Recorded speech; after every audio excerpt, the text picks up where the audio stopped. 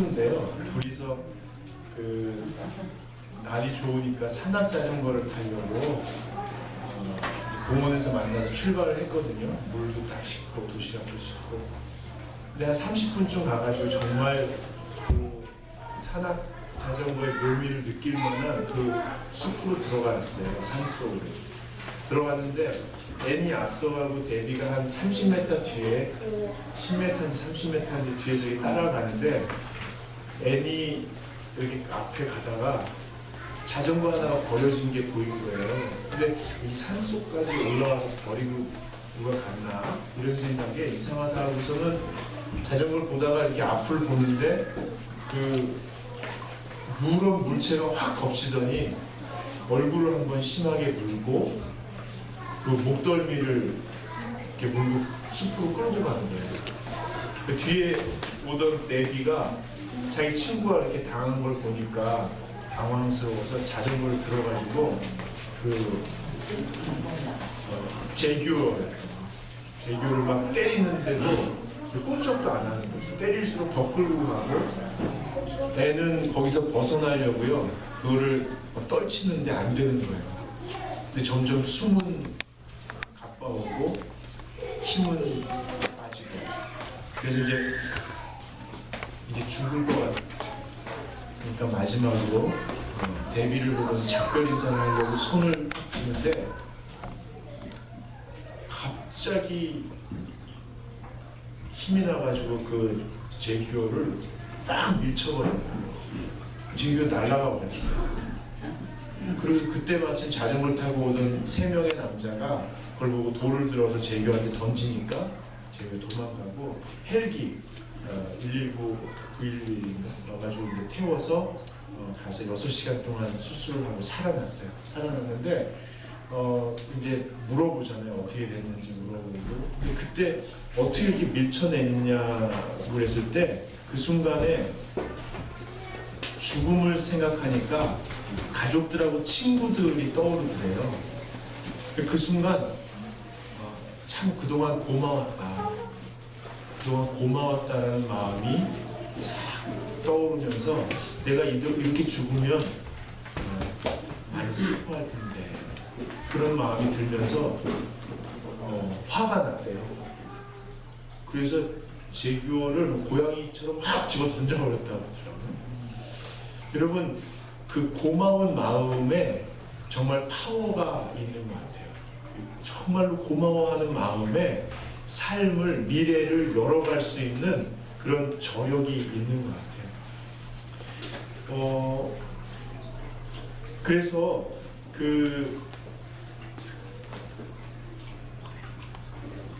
로버트 에먼스라는 사람하고요,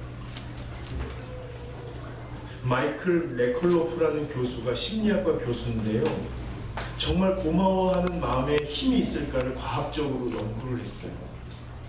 이게 어떻게 되는지 모르겠어요. 그래서 자원봉사자들을 모아가지고 3그룹을 나눈 거예요.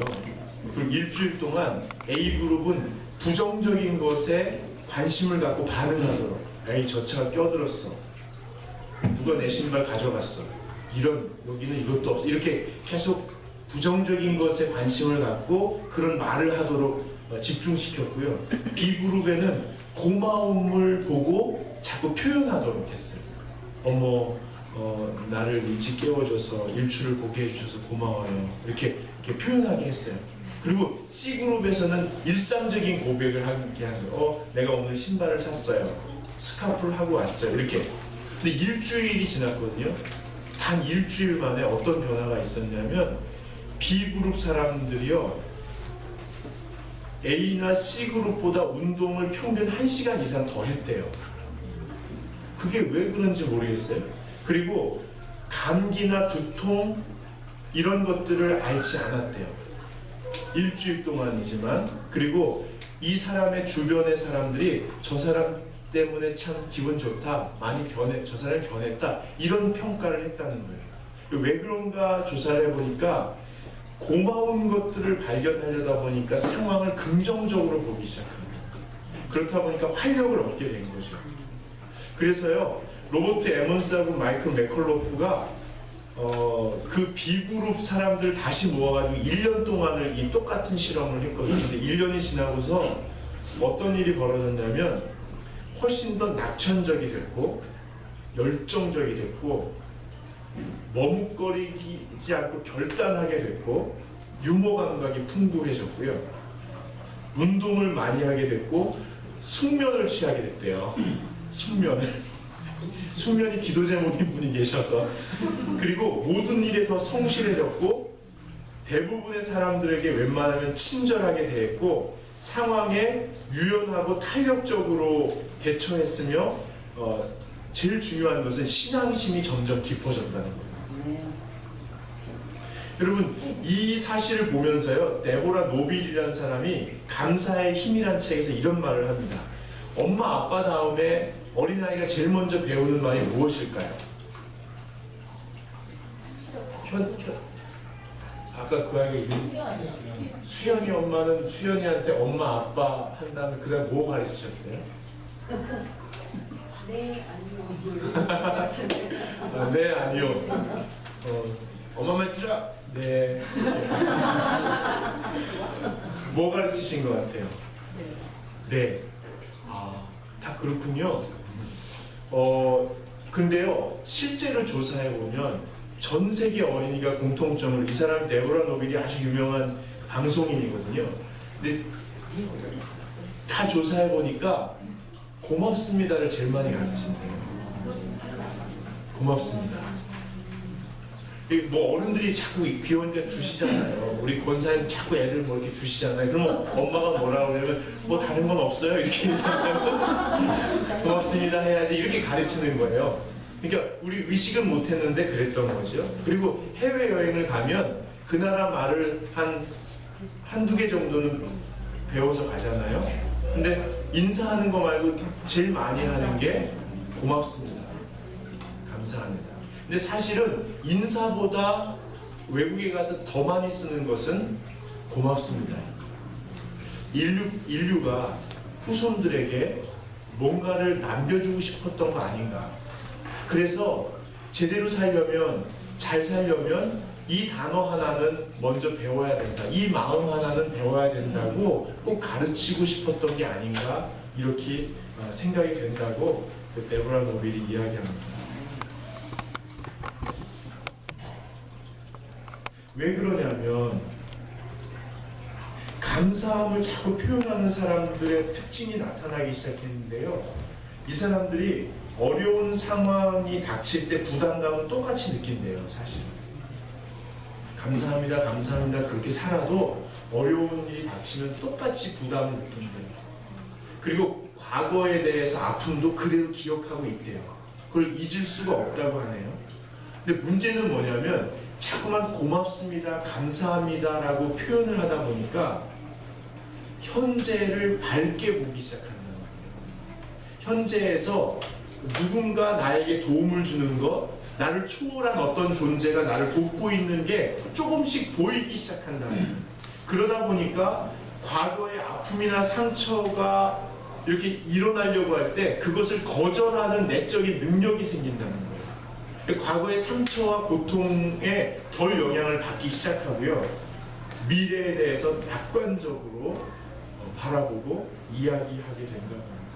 그래서 이 사람들이 감사할 것들을 계속 발견해 나가는 게 습관이 된다고 합니다. 감사가 습관이 된다. 물론 행복을 전하는 전도사들이나 뭐 특강 강사들이 감사하다고 자꾸 얘기하십시오. 그럼 잘 될 겁니다. 이렇게 얘기하는데 사실은 감사하다는 말에 마법의 힘이 있는 게 아니고요. 감사한 조건을 찾는 사람들이 감사가 습관화되는 경향이 있다는 겁니다. 여러분도 아시는 오프라 윈프리는 어릴 때 가족으로부터 많은 아픔을 당하지 않았습니까? 근데 이 사람이 방송을 할 때 나온 게스트들의 마음을 그렇게 공감하고 같이 아파하고 같이 기뻐하는 모습에 전 세계 사람들이 감동을 받았잖아요. 근데 이 사람이 자기가 왜 그럴 수 있는가에 대해서 비밀을 고백한 적이 있습니다. 이 사람이 어릴 때부터 너무너무 힘드니까 매일같이 5가지의 감사 제목을 쓰고 잤답니다. 그 중에 하나만 제가 읽어드릴게요. 첫째, 오늘도 거뜬히 잠자리에서 일어날 수 있어서 감사합니다. 둘째, 유난히 눈부시고 파란 하늘을 볼 수 있어서 감사합니다. 셋째, 점심때 맛있는 스파게티를 먹게 해주셔서 감사합니다. 넷째, 얄미운 짓을 한 동료에게 화내지 않게 해준 저의 참을성에게 감사합니다. 다섯째, 좋은 책을 읽었는데 그 책을 써준 저자에게 참 감사합니다. 여러분, 감사가 습관화될 수 있다면, 그토록 우리 마음에 다른 사람들과 하나님에 대한 고마움이 가득하다면 어려운 상황 속에서도 감사할 수 있을까요? 사실 오늘 추수감사주의입니다. 여기 어떤 분이 선물해 주셨어요. 이거 네? 이 평일날 추수감사주의라고 갖다 주셨어요. 이 제가 여기 서 있는 게 미안해요. 좀 옆에 있으니까 좀 쓸까요 이렇게?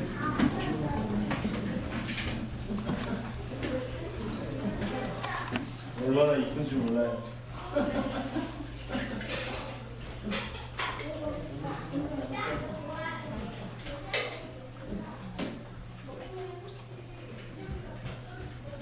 그리고 사실 추수감사주일은 감사함으로 역경을 넘어 감격의 세계로 들어갔던 조상들의 경험에서 비롯된 것입니다. 아시지 않습니까? 혹독한 사막과 같은 황무지에서 혹독한 겨울 같은 그런 시절을 이겨낸, 아무것도 없지만 살아있게 하신 하나님께 감사하며 가족과 친구들과 따뜻한 저녁을 나눴던 그런 청교도 전통에서 비롯된 것입니다. 여러분, 1874년에 한 마을이 있었는데, 아주 큰 마을이었는데 3년 동안 극심한 가뭄에 빠지게 됩니다.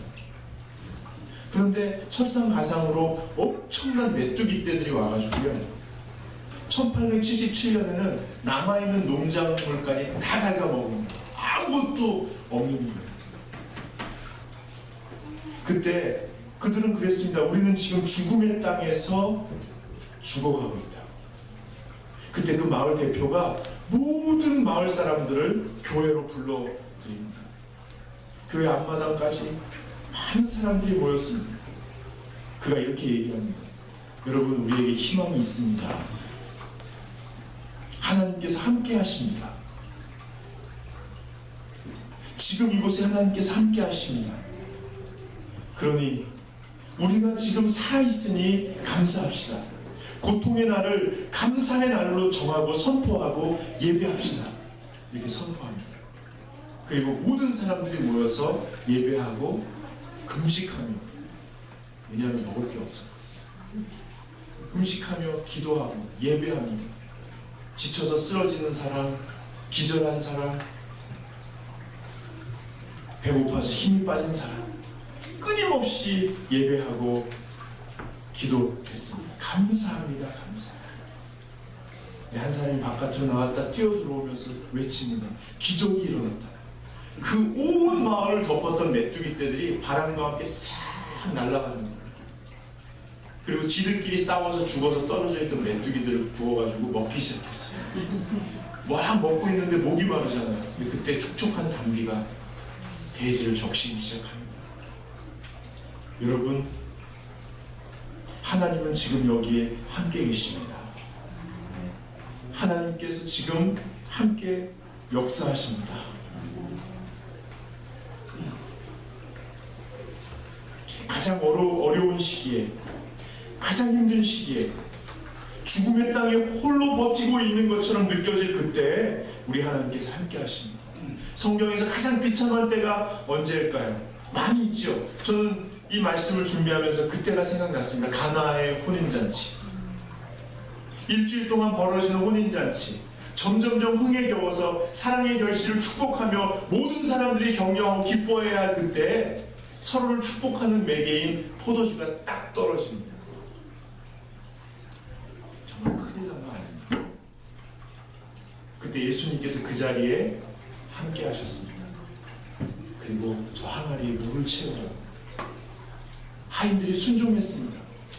제자들도 어떤 일이 벌어지는지 몰랐죠. 떠다 먹어라. 모두가 먹고선 칭찬합니다. 놀라워합니다. 어떻게 이런 포도주가 있었냐고. 여러분 그거 아십니까? 주님이 그 위기의 상황에 함께 하셨고 기적을 베푸셨어. 모든 사람들이 기뻐하는 참된 결혼식을 만들어내셨습니다. 그러나 그 자리에 누구도 감사한 사람이 없습니다. 순종한 사람이 있습니다. 그 위기에 그렇게 하지요. 순종도 너무나 큰 신앙의 결단입니다. 근데 그때 없지만 감사합니다라고 고백한 사람이 그 자리에 없었습니다. 제가 여러분 이런 설교 잘 못하는데 도전합니다. 성경을 넘어서십시오. 이 가나 혼인잔치에 이 성경 인물들을 넘어서십시오. 힘든 위기 때 순종하는 것도 위대합니다. 그런데 그 자리에 함께 하시면서 미래를 열어가실 하나님을 바라보면서 감사하다고. 여러분 출애굽 당시엔 어땠습니까? 가나안으로 향하는 이스라엘 백성들, 뒤에서는 애국 군대가 쫓아옵니다. 앞에서도 홍해가 가로막혀 있습니다. 모든 백성들이 이제 중등분할하고 원망하고 저주하고 절망하고 무너져 앉아 있었습니다. 그때 모세가 홍해를 바라보며 주님 앞에 외칩니다. 하나님 어찌해야 합니까? 어찌해야 합니까? 우리를 왜 이렇게 하십니까? 바로 그때, 바로 그 순간 하나님께서 모세에게 하신 말씀을 들으십시오. 여호와께서 모세에게 이르시되 너는 어찌하여 내게 부르짖느냐? 부르짖는 게 잘못입니까? 근데 주님 말씀을 들어보십시오. 어찌하여 부르짖느냐? 이 말이 무엇입니까? 어찌하여 가만히 있느냐? 원망하고 절망하느냐? 이 자리에 함께 있어서 너희의 미래를 열어갈 내가 보이지 않느냐? 지금은 주저앉아서 저주하고 원망할 때가 아니라 낙담할 때가 아니라 내가 열어갈 새 시대를 감격하며 바라봐야 할 때가 아닙니다. 이스라엘 자손에게 명령하여 앞으로 나아가게 하고 지팡이를 들고 손을 바다로 내밀어서 그것이 갈라지게 하라. 네가 할 일이 있다는 거예요. 이스라엘 자손이 바다 가운데가 뭐예요? 죽음 가운데에서 마른 땅으로 행하리라 라고 말씀하십니다. 여러분 어느 순간에나 주님이 함께 하셨습니다. 주님이 역사하십니다. 미래를 열어가십니다. 그래서 오늘 본문에는 범사에 감사라고 얘기합니다. 인생이 생사화복이 있고 기쁨과 슬픔이 있고 희망과 절망이 있는데 어찌하여 범사에 감사할 수가 있겠어요? 어떻게 우리가 범사에 감사할 수가 있겠어요? 이 말은요, 범사에 함께 하시는 주님을 바라보라는 부탁입니다. 한순간도 나를 떠나지 않으신 주님. 가장 어려운 그때, 내가 더 이상 손 쓸 수 없는 그때, 내가 모든 것을 애써도 무의미해 보일 그때, 그 자리에 함께 하신 그 주님을 인정하라고. 내가 너의 곁에 있다고, 내가 너를 버리지 않았다고, 내가 너의 손을 붙들고 있다고, 내가 앞길을 열어갈 거라고 말씀하시는 그 내 아버지를 바라보고 인정하는 것입니다.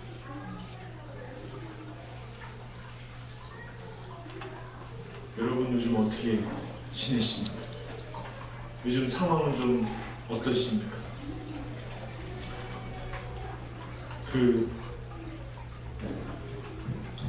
어떤 분이 이런 글을 올렸더라고요. 제가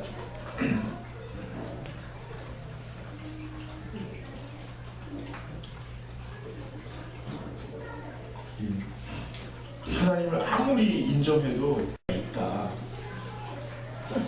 그러니까 그럼 이렇게 생각해봐라, 이렇게 올리는 사람이 있어요. 10대 자녀가 집에 처박혀서 반항하고 그러고 있으면 그건 아이가 거리에서 방황하지 않고 집에 잘 있다는 것이니 감사하고, 지불해야 할 세금이 너무 많다면 그건 나에게 재산과 직장이 있다는 것이니 감사하고, 밤새 파티를 하고 새벽녘에 치워야 할 것이 너무 많이 쌓여서 짜증이 난다면 그건 친구들과 즐거운 시간을 보냈다는 것이니 감사하고, 옷이 몸에 좀 껴가지고 잘 안 들어가서 숨이 막히고 그러면 내가 그동안 잘 먹고 잘 살았다는 것이 감사합니다. 청소해야 할 마루가 있고 닦아야 될 유리창이 있고 고쳐야 될 화장실이 있다면 그건 나에게 집이 있다는 것이니 감사합니다. 정부에 대한 불평 불만의 소리가 많이 들리면 그건 언론의 자유가 있다는 것이니 감사합니다. 주차장 맨 끝 먼 곳에 겨우 자리가 하나 있다면 그건 내가 차가 있다는 것이고 걸어올 수 있다는 것이니 감사합니다. 난방비가 너무 많이 나왔으면 그건 내가 따뜻하게 살았다는 것이니 감사합니다. 어떤 아줌마하고 아저씨가 엉터리로 막 성가시게 해서 자꾸 거슬리면 그건 내가 들을 수 있다는 것이니 감사합니다. 세탁하고 다림질 해야 될 것이 산더미라면 그것은 나에게 옷이 많다는 것이니 감사합니다. 온몸이 뻐근하고 피로해서 막 지쳐 있으면 그건 내가 열심히 일했다는 것이니 감사합니다. 이른 새벽 되게 시끄러운 자연명종 소리에 깼다면 그건 내가 살아있다는 것이니 감사합니다. 내 메일박스에 메일이 넘쳐나면 그건 나를 생각하는 사람이든 회사든 정부든 있다는 것이니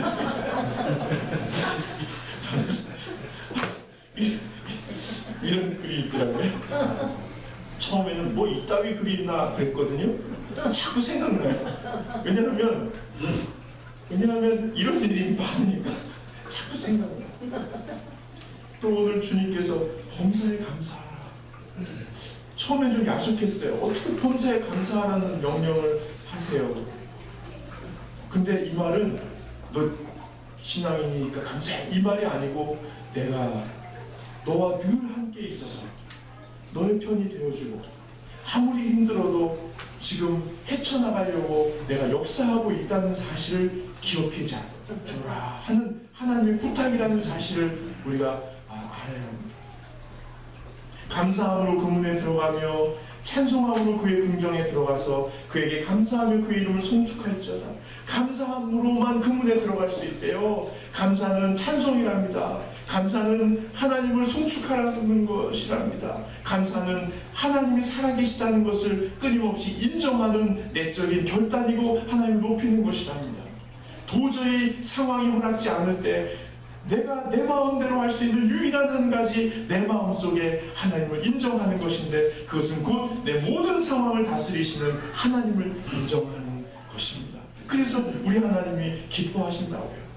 우리가 알거니와 하나님을 사랑하는 자 곧 그의 뜻대로 부르심을 입은 자들에게는 모든 것이 합력하여 선을 이루느니라. 모든 것이 합력하여 선을 이루느니라. 다시 한번 모든 것이 합력하여 선을 이루느니라. 모든 것, 나의 실수와 실패와 나의 아픔과 나의 절망까지도 그 모든 것을 하나님이 합력하여 선을 이루신다고 합니다. 여러분 생각해 보세요. 명절 끝날 무렵에 끝물에 어머니께서 남은 거 다 넣어서 찌개 끓여주셨죠. 그거 뭐예요? 몰라. 뭘로 한 거예요? 다. 왜요? 아까우니까. 그건 국물도 없어요. 그 기름기 있는 그 음식물이 굵게 빨아들이니까 국물도 없어. 근데 이렇게 뭐 보기에는요, 뭐 불어 터진 것 같아. 근데 그걸 한 모금 딱 먹으면 그냥 얼마나 맛있는 거예요. 그거 뭐예요? 몰라. 뭐 넣었어요? 다. 왜요? 아까우니까. 여러분의 아픔과 슬픔과 기쁨과 절망과 여러분의 실수와 던졌던 저주까지도 하나님 아까우시니까 다 집어넣어서 합력하여 선을 이루는 잡탕찌개 같은, 여기 제목은 잡탕찌개로 감사는 잡탕찌개로 먹는 명절 마지막 잔치 이렇게 하고 좀 더 생각할 거야. 잡탕찌개라는 거야. 하나님이 아까우니까 네가 나와 함께 경험했던 아픔, 절망, 실패, 실수, 그 모든 것, 너와 함께 했던 모든 기억들 아까우니까 다 가져다가 선을 이루어주신다. 자기 아들을 아끼지 아니하시고 우리 모든 사람들을 위하여 되어주시니까 어찌 그 아들과 함께 모든 것을 우리에게 주시지 않겠느냐. 다 주시겠다는 거예요. 다 주시겠다는 거예요. 아들도 안 아껴. 여기 아들 안 아까운 사람 있어요? 정진신 좀 아까워요. 안 아까우세요? 딸 안 아까운 사람 있어요?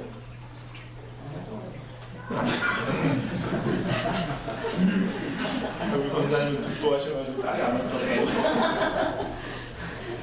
아들도 다 준다. 여러분, 제가 마지막으로 여러분께 한번 말씀드립니다. 한번 잘 생각해보세요. 잘 생각해보세요. 잘 생각해보세요. 잘 생각해보세요. TV에 나왔던 농부 중에서 폭풍, 태풍, 가뭄, 홍수, 장마로 인해서 피해를 입은 농부 중에서 하늘을 원망하거나 저주하는 말을 했던 사람이 기억이 나십니까? 어떻게 하다 이렇게 됐어요. 남은 거라도 건져야죠. 앞으로 어떻게 살까 막막해요. 이런 말은 들었어도 하늘을 원망하고 저주하는 말을 들어본 적 있으십니까? 잘 생각해 보십시오. 저는 없습니다. 저는 없습니다.